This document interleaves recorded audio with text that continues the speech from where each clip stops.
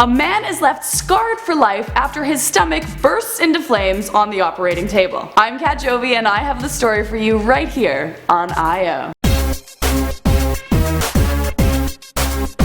Paul Hill was left with a huge scar on his body when his stomach set aflame while he was having part of his digestive tract removed. I know, I was thinking, how does that even make sense? How does someone's stomach set on fire? This is crazy! I have to read more. And this is of course why I chose this story. So what happened was he was in surgery and there was this alcohol-based anesthetic that they were putting on him to make sure that everything was clean, bacteria-free and such, and then it set on fire. The hospital is of course looking into how this could possibly have happened so they can avoid it in the future. Now luckily, the gentleman was under anesthetic so he didn't actually feel anything or have to see it, but he was extremely shocked when he woke up and they told him about it. He then of course told his wife, who she of course thought he was on drugs, and you know, I can't really blame her. I would think that my husband was a little crazy too if he told me that his stomach had been on fire. Although he was shaken by this experience, it seems that his main concern is that they figure out how it happened so that they can avoid it happening in the future to someone else. He seems to be very worried that it could be fatal to the next person this happens to.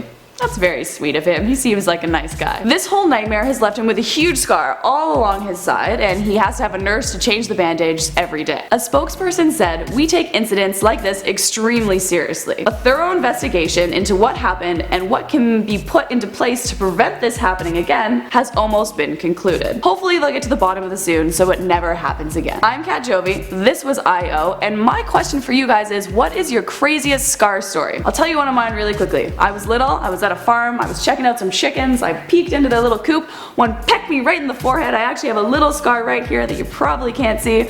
Ran out of the house screaming and crying. A chicken kissed me on my forehead. What are yours? Comment below.